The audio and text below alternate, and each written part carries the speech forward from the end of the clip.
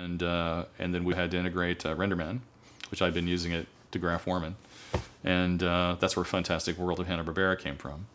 Also RoboCop 2, I think we worked on, and a couple other films.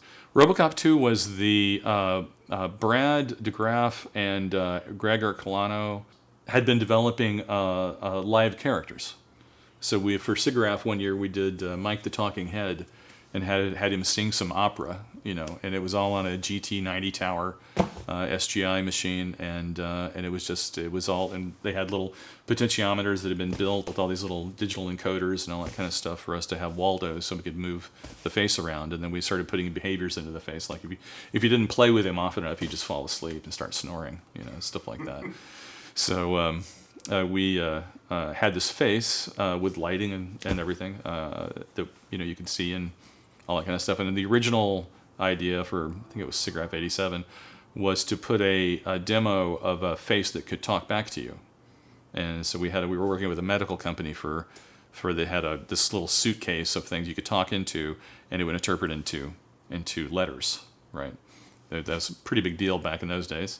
And what we were trying to do is take the letters and interpret it back into speech, right? So someone could come up and say something, and then the face could say the same thing back to you. So we had all the face stuff ready to go, but didn't quite make it with that demo. So we ended up doing the performance instead. Yeah, back in the day when you could see something and just go, "Oh my God, this is where this is going," that kind of a thing.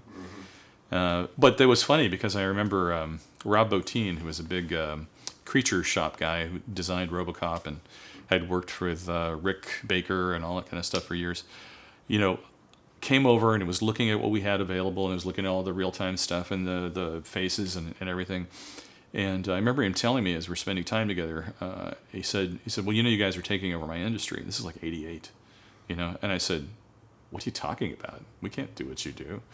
And we can't do hair and skin and all that kind of stuff." And he goes, "Yeah, but I can spend days or weeks building a model, and I might get it from A to B as far as expressions go, but I can't go to C, and sometimes it's difficult to get back to A, But you guys have this infinite palette of expressions you can go to, and as your technology keeps growing, it's going to be able to do skin and hair and all that." And he's telling me this in '88. A guy doesn't know the technology at all, and I was kind of just like going, "Oh, come on, maybe in 50 years, But 20 years later, there we were.